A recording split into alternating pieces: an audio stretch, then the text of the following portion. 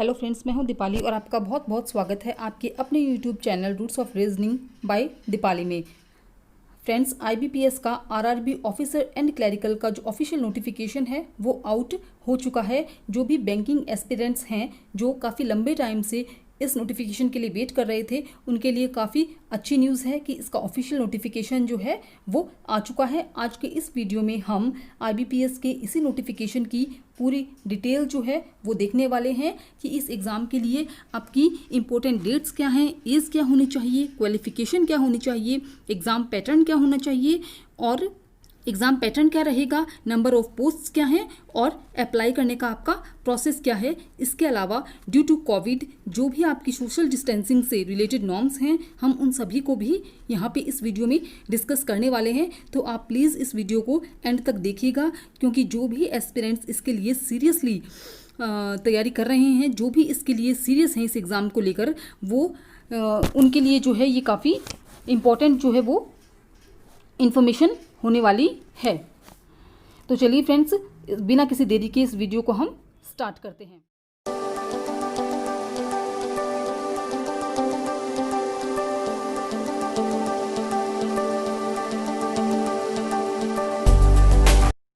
Friends, सबसे पहले आप ये देखिए कि आपके लिए जो है वो इसमें 3 टाइप ऑफ पोस्ट हैं। सबसे पहला जो है वो है ऑफिस असिस्टेंट, या फिर उसे हम कह सकते हैं ऑफिस असिस्टेंट मल्टीपर्पज़ है इसी को, यानी कि ये जो है वो इन शॉर्ट हम इसको कह सकते हैं कि ये जो पोस्ट है वो है क्लरिकल पोस्ट है। इसके अलावा ऑफिसर्स में स्केल 1, 2 एंड 3 के लिए भी पोस्ट्स हैं। लेकिन फ्रेंड्स, हमें जो मेन आपको फोकस करना है वो ये रहेगा कि आपका ऑफिस असिस्टेंट रहेगा। इसके अलावा जो है वो रहेगा आपका ऑफिसर में स्केल 1, क्योंकि फ्रेंड्स ये जो दोनों पोस्ट हैं इनके लिए आप यदि फ्रेशर हैं, आपके पास किसी तरह का कोई एक्सपीरियंस नहीं है, तो भी आप इजीली अप्लाई कर सकते हैं। लेकिन जो ऑफिसर स्केल 2 एंड स्केल 3 है, उसके लिए आपको मिनिमम जो है वो 2 साल का एक्सपीरियंस या फिर किसी बैंकिंग इंडस्ट्री में चाहिए, या फिर आपको किसी फाइनेंस इंडस्ट्री में जो है वो आपको 2 साल का एक्सपीरियंस, वर्किंग एक्सपीरियंस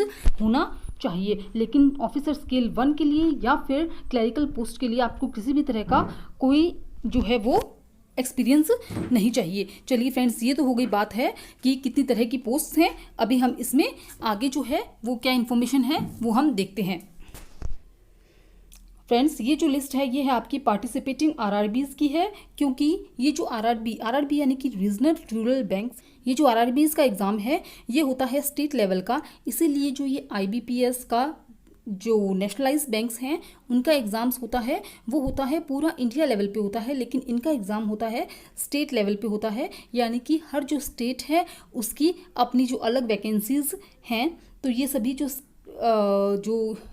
जो रूरल बैंक्स हैं जो पार्टिसिपेट करने वाले हैं इसमें, ये सभी उनकी लिस्ट है। ये आप इसको डिटेल में देख सकते हैं। आप आईबीपीएस की ऑफिशियल जो वेबसाइट है उस पर जा करके आप इस नोटिफिकेशन को है वहाँ से ले सकते हैं। जो भी एस्पिरेंट्स हैं वो अपनी तैयारी को लेके काफ़ी सीरियस हैं और इसके लिए अप्लाई करना चाहते हैं, तो उनके पास जो है वो ये नोटिफिकेशन, ऑफिशियल नोटिफिकेशन इसका होना चाहिए। उसके बाद में हम आते हैं इसकी एलिजिबिलिटी क्राइटेरिया पे। तो एलिजिबिलिटी क्राइटेरिया के लिए हम सबसे पहले देखते हैं कि जो एज है वो आपकी क्या होनी चाहिए।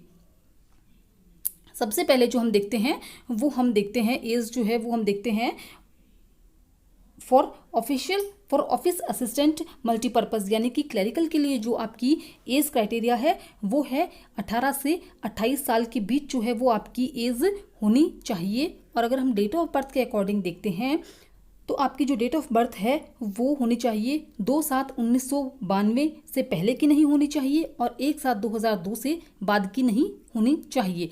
अब हम आते हैं for officer scale 1। Officer scale 1 के लिए अगर हम देखते हैं तो जो एज क्राइटेरिया है वो है 18 से 30 साल का, यानी कि आपकी जो डेट ऑफ बर्थ है वो 3/7/1990 से पहले की नहीं होनी चाहिए और 30/6/2002 के बाद की नहीं होनी चाहिए। उसके बाद में ऑफिसर स्केल 2 है तो क्राइटेरिया है 21 से 32 साल का, और इसी तरीके से ऑफिसर स्केल 3 जो है उसके लिए आपका क्राइटेरिया है वो है 21 से 40 साल के बीच का। तो चलिए फ्रेंड्स, ये हो गया आपका एज क्राइटेरिया हो गया है। अभी हम इसमें आगे चलते हैं। ये जो एज क्राइटेरिया मैंने आपको अभी बताया है ये है जनरल कैटेगरी के लिए, और जो एससी शेड्यूल कास्ट और शेड्यूल्ड ट्राइब यानी कि SC ST के लिए जो है वो आपको 5 साल का एज रिलैक्सेशन मिलता है, और इसके अलावा अदर बैकवर्ड क्लासेस यानी कि OBC के लिए भी आपको 3 साल का इसमें रिलैक्सेशन जो है वो मिल जाता है। फ्रेंड्स, जो भी मैं आपको इसमें बता रही हूँ वो मैं बता रही हूँ आपकी जो इसकी मेन चीज़ें हैं जो आपको पता होनी चाहिए, जो आपको जो इतना ये 51 पेजेस ऑलमोस्ट जो नोटिफिकेशन है वो है, तो उसमें से जो मेन चीज़ें आपको पता होनी चाहिए वो हम यहाँ पे डिस्कस कर रहे हैं। कई बार क्या होता है कि स्टूडेंट्स जो हैं वो कन्फ्यूज़ हो जाते हैं कि हमें इनमें से कौन सी चीज़ें देखनी है और कौन सी नहीं है, तो वो उसको समझ नहीं पाते। तो इसीलिए आपके लिए ईजी हो जाए समझने के लिए, इसीलिए मैं जो है वो आपको यहाँ पे इम्पॉर्टेंट जो चीज़ें हैं वो आपके साथ में डिस्कस कर रही हूँ। अब फ्रेंड्स, जो सबसे जो काफ़ी इम्पॉर्टेंट बात है वो चीज़ है कि एजुकेशनल क्वालिफिकेशन और एक्सपीरियंस जो है उसके बारे में अभी हम यहाँ पे बात करने वाले हैं। तो सबसे पहला है ऑफिस असिस्टेंट या क्लरिकल के लिए जो आपको एजुकेशनल क्वालिफिकेशन है वो ये है कि आपके पास में होनी चाहिए बैचलर डिग्री। इसमें आपको सिर्फ बैचलर डिग्री चाहिए, कोई भी जो परसेंटेज का है वो क्राइटेरिया फिक्स नहीं है, आपकी चाहे कितनी भी परसेंटेज हो उससे इसमें कोई भी फ़र्क नहीं पड़ेगा। इसके अलावा आप किसी भी स्ट्रीम से हैं, चाहे आपने साइंस से हैं, आर्ट्स से हैं या कॉमर्स से आपने ग्रेजुएशन किया है, इसका भी यहाँ पे कोई फ़र्क नहीं पड़ने वाला है। अभी हम बात करते हैं ऑफिसर स्केल 1 के लिए। तो ऑफिसर स्केल 1 के लिए फ्रेंड्स जो आपको चाहिए वो भी आपको चाहिए केवल बैचलर डिग्री ही चाहिए। यहाँ पे भी कोई परसेंटेज का फिक्स क्राइटेरिया इन्होंने नहीं दिया है। इसके अलावा यदि आपने agriculture, horticulture, forestry, animal husbandry यानी कि इनमें अगर आपकी डिग्री है तो आपको जो है वो प्रेफरेंसेस जो हैं वो आपकी सेट हो जाती हैं। इसके अलावा यदि हम देखते हैं यहाँ पे, तो इन्होंने यहाँ बताया है कि डिज़ायरेबल है ये कि वर्किंग नॉलेज अगर आपको कंप्यूटर का है तो ठीक है, अगर नहीं है तो भी उससे कोई ज़्यादा फर्क नहीं पड़ने वाला है, लेकिन अगर आपको वर्किंग एक्सपीरियंस है तो वो काफ़ी आपके लिए अच्छा हो जाता है। तो ये चीज़ें जो है वो ये दोनों ही क्या हैं, डिज़ायरेबल हैं। अगर ऑफिस असिस्टेंट की बात करें तो उसमें भी working knowledge of computer desirable है, और ऑफिसर स्केल 1 के लिए भी वर्किंग नॉलेज ऑफ कंप्यूटर जो है वो डिज़ायरेबल है। फ्रेंड्स, ऑफिस असिस्टेंट की जो पोस्ट है उसके लिए भी आपको किसी तरह का कोई एक्सपीरियंस की ज़रूरत नहीं है, और इसके साथ ही आपको ऑफिसर स्केल 1 के लिए भी किसी तरह की कोई एक्सपीरियंस की ज़रूरत नहीं है। लेकिन जो आपका स्केल 1 यानी कि जो PU का एग्ज़ाम होने वाला है वो होने वाला है आपका 3 लेवल्स में, उसमें प्री, मेंस प्लस इंटरव्यू होगा। जबकि जो क्लरिकल का है वो उसमें आपको प्री और मेंस ही देने होंगे, उसमें आपको इंटरव्यू जो है वो फेस करने की ज़रूरत नहीं पड़ेगी। इसके अलावा अगर हम ऑफिसर स्केल 2 की बात करते हैं तो उसके लिए आपको कम से कम जो है वो 2 साल का एक्सपीरियंस जो है as an officer in a bank और एनी फाइनेंशियल इंस्टीट्यूशन में आपको चाहिए। और इसमें इन्होंने परसेंटेज जो है वो भी, परसेंटेज का क्राइटेरिया है वो भी इन्होंने सेट किया है,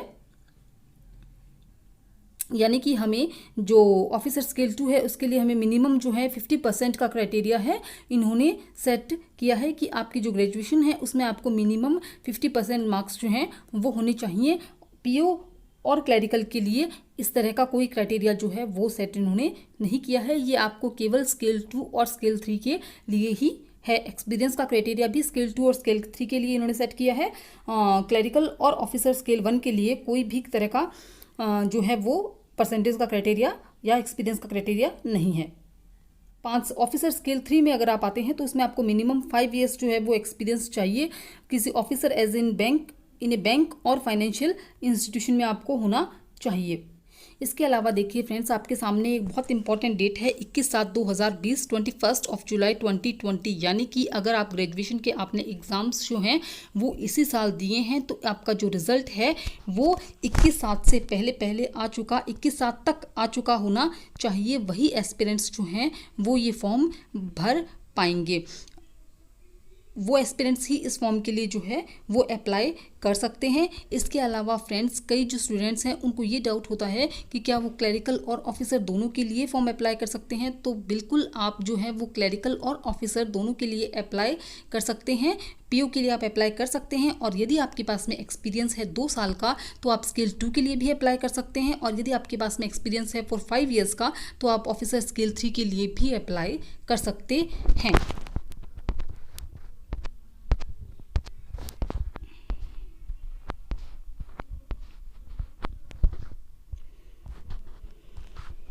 अभी देखिए फ्रेंड्स, जो हम फीस के चार्जेस हैं वो हम अभी देख लेते हैं। यहाँ पे आप देखिए कि ऑफिसर स्केल 1, 2 और 3 के लिए SC ST और PWBD जो कैंडिडेट्स हैं उनके लिए है 175 रुपीज़, और जो अदर्स हैं उनके लिए है 850 रुपीज़। इसी तरीके से जो क्लरिकल पोस्ट है उसमें SC ST और PWD जो कैंडिडेट्स हैं उनके लिए है 175 रुपीज़, और अदर्स जो हैं उनके लिए है 850 रुपीज़। ये सारे जो प्रोसेस हैं वो ऑनलाइन होने वाला है। ऑनलाइन ही आप फॉर्म अप्लाई करेंगे, ऑनलाइन ही जो है वो आपके एग्ज़ाम्स होंगे, और इसके अलावा जो रिजल्ट्स वगैरह हैं वो सब तो ऑनलाइन होंगे ही। और ये पेमेंट भी आपको जो है, मोड ऑफ पेमेंट भी आपका ऑनलाइन ही रहने वाला है, यानी कि जो सभी जो प्रोसेस है सारा वो होने वाला है आपका ऑनलाइन। अब हम सबसे इम्पॉर्टेंट जो चीज़ है उसके ऊपर आते हैं, वो है हमारा एग्जामिनेशन का जो स्ट्रक्चर है वो क्या रहने वाला है। ये देखिए फ्रेंड्स, यदि क्लरिकल की हम बात करते हैं तो क्लरिकल का जो प्रीलिम्स एग्ज़ाम है उसमें आपके पास में 2 सब्जेक्ट रहेंगे, रीजनिंग और न्यूमेरिकल एबिलिटी, दोनों के लिए जो 40-40 क्वेश्चन आने वाले हैं, और दोनों के लिए आपको कंपोजिट टाइम जो मिला है वो मिला है आपको 45 मिनट्स का। कंपोजिट टाइम से मतलब है फ्रेंड्स कि आपको दोनों के लिए जो टाइम मिला है वो इंक्लूड करके मिला है 45 मिनट्स हैं। दोनों के लिए सेक्शनल टाइमिंग जो है वो यहाँ पे इस तरीके का कोई भी चीज़ नहीं है। कंपोजिट टाइमिंग मिला है आपको 45 मिनट्स का। इसके अलावा जो कट ऑफ अगर आप देखते हैं तो कट ऑफ जो है वो होती है, इसकी बाद में डिसाइड होगी। इसमें सेक्शनल कट ऑफ भी रहेगी, यानी कि आपको रीजनिंग और न्यूमेरिकल एबिलिटी दोनों के लिए अलग अलग कट ऑफ आपकी होगी, और ओवरऑल कट ऑफ भी होगी। आपको तीनों जो कट ऑफ हैं वो इसमें क्लियर करनी पड़ती हैं।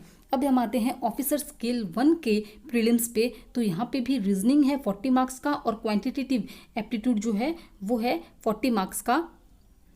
इसमें भी आपको कंपोजिट टाइम मिल रहा है 45 मिनट्स का, यानी कि इसमें भी जो है वो सेक्शनल टाइमिंग आपका नहीं है। रीजनिंग और क्वांटिटेटिव एप्टीट्यूड के लिए आपको कंपोजिट टाइम 45 मिनट्स का यहाँ पे मिल जाता है। अब हम आते हैं मेन एग्ज़ाम पे। मेन एग्ज़ाम में आप देखिए फ्रेंड्स, आपके सामने जो है वो है रीजनिंग है, कंप्यूटर नॉलेज है, जनरल अवेयरनेस है, न्यूमेरिकल एबिलिटी है, यानी कि जो 4 सब्जेक्ट्स हैं वो तो आपको सभी के लिए जो है वो सेम रहने वाले हैं। लेकिन इंग्लिश और हिंदी लैंग्वेज जो है इन दोनों में से आप एक जो है वो चूज़ कर सकते हैं। तो फ्रेंड्स, जो भी एस्पिरेंट्स हैं जिन्हें ऐसा लगता है कि मेरी इंग्लिश वीक है, तो ये RRB के जो एग्ज़ाम्स हैं उनमें ये गोल्डन चांस रहता है कि वो इंग्लिश और हिंदी में से जो है वो एक लैंग्वेज को चूज़ कर सकते हैं। ये देखिए आप फ्रेंड्स, यहाँ पे जो रीजनिंग है वो 50 नंबर की है। इसके अलावा जो न्यूमेरिकल एबिलिटी है वो भी 50 मार्क्स का है, यानी कि सबसे ज़्यादा जो वेटेज रहता है वो रहता है आपका रीजनिंग और न्यूमेरिकल एबिलिटी का ही रहता है। इसके अलावा कंप्यूटर नॉलेज जो है वो 20 मार्क्स का है, जनरल अवेयरनेस 40 मार्क्स का है, इंग्लिश या हिंदी जो भी आप चूज़ करते हैं वो भी आपका 40 मार्क्स का है, यानी कि जो टोटल है वो आपको मिलता है वो आपको 200 मार्क्स का यहाँ पे हो जाता है। इसमें भी आपको कंपोजिट टाइम मिलता है 2 घंटे का, लेकिन जो मार्किंग है वो आपकी रहती है सेक्शनल ही रहती है।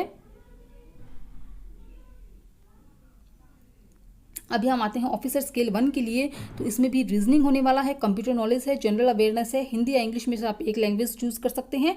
इसके अलावा जो है वो है क्वांटिटेटिव एप्टीट्यूड है, ये इनके मेंस का रहने वाला है। यदि आप प्रीलिम्स जो है आपको ये कॉन्फिडेंस है कि आप प्रीलिम्स जो है वो क्लियर कर लेंगे, तो आपको अभी से ही इसकी मेंस की जो प्रिपरेशन है उसमें भी आपको जुट जाना चाहिए पूरी शिद्दत के साथ में। अभी ये देखिए फ्रेंड्स, जो आपको अभी ये है कि अगर आप जिस भी स्टेट से अप्लाई कर रहे हैं तो आप उसमें जो है वो 3 लैंग्वेज में अप्लाई कर सकते हैं। आप हिंदी में भी अप्लाई कर सकते हैं, आप इंग्लिश में भी अप्लाई कर सकते हैं, और जो वहाँ की आपकी जो स्टेट लैंग्वेज है उसमें भी आप अप्लाई कर सकते हैं। इस एग्ज़ाम में जो सबसे बड़ी इंपॉर्टेंस है वो स्टेट लेवल की है, वो स्टेट लैंग्वेज की है फ्रेंड्स।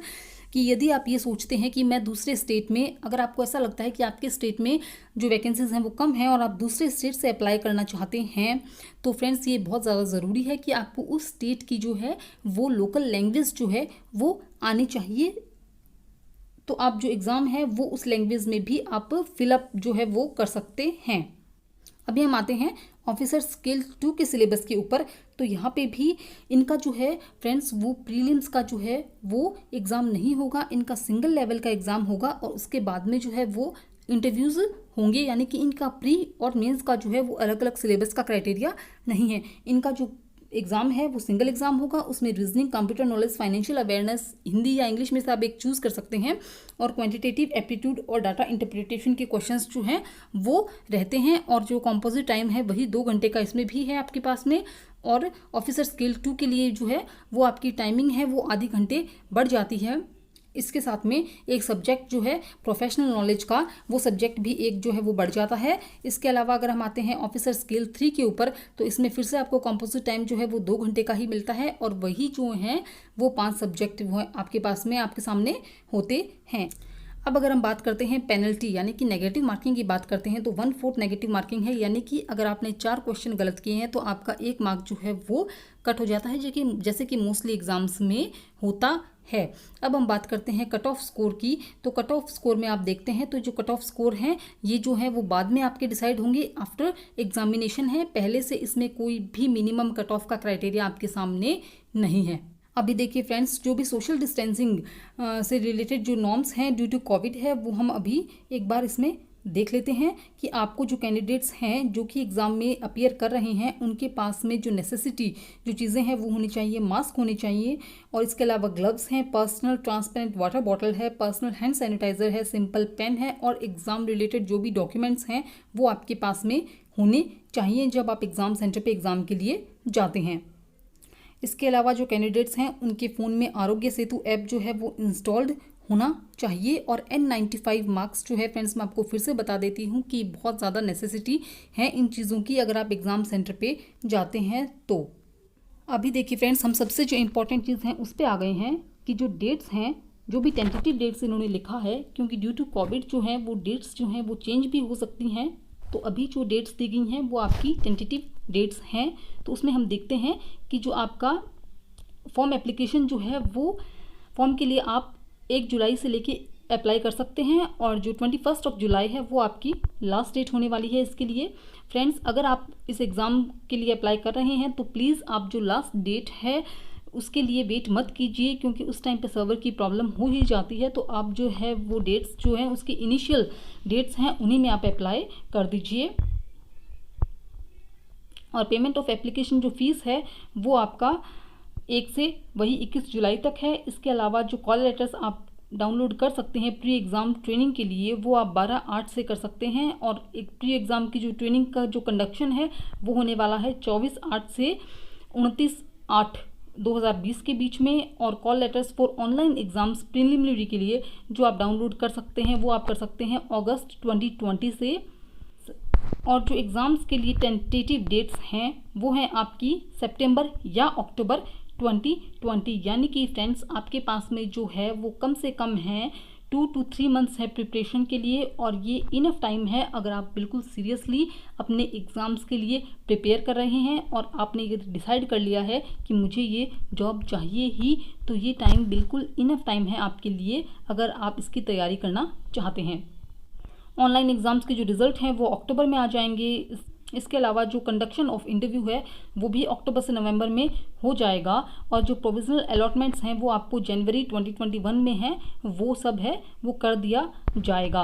और फ्रेंड्स, ये देखिए आपको 2 डॉट हैं वो नज़र आ रहे हैं प्री एग्ज़ाम ट्रेनिंग के लिए और उनके कंडक्शन के लिए। तो इन्होंने यहाँ पे दिया है कि in case is it possible and safe to be hold, यानी कि ये कंडीशन है कि अगर कोविड को देखते हुए अगर कंडीशंस जो हैं वो सेफ रहती हैं तभी जो प्री एग्जामिनेशन ट्रेनिंग है वो हेल्ड की जाएगी। फ्रेंड्स, आपके सामने स्टेट वाइज जो पोस्ट हैं वो आपके सामने हैं। ये आप इसको डाउनलोड करके आप वहाँ से देख सकते हैं। ये अगर मैं आपको बताती हूँ वो काफ़ी लंबा हो जाएगा, लेकिन अगर आपको ऐसा लगता है कि हमारे जो स्टेट है उसमें अगर वैकेंसीज कम हैं तो आप बिल्कुल नो डाउट दूसरे स्टेट से भी अप्लाई कर सकते हैं। तो फ्रेंड्स, ये हमने देखा IBPS के नोटिफिकेशन से रिलेटेड कुछ जो जानकारी है वो मैंने आपके साथ में शेयर की है। यदि फ्रेंड्स आप इस एग्ज़ाम को लेके बिल्कुल से सीरियस हैं, इस एग्ज़ाम की प्रिपरेशन करना चाहते हैं, और यदि आप सबसे इम्पॉर्टेंट चीज़ है कि अगर आप फ्रेशर हैं, आप पहले बार इस एग्ज़ाम की तैयारी कर रहे हैं, तो आप मेरे साथ में मेरा जो चैनल है Roots of Reasoning by Deepali में के साथ जुड़ सकते हैं। हम बिल्कुल basic to moderate to high level हम हर टॉपिक की स्टडी कर रहे हैं। तो आप मेरे इस चैनल के साथ में जुड़ सकते हैं। Thank you.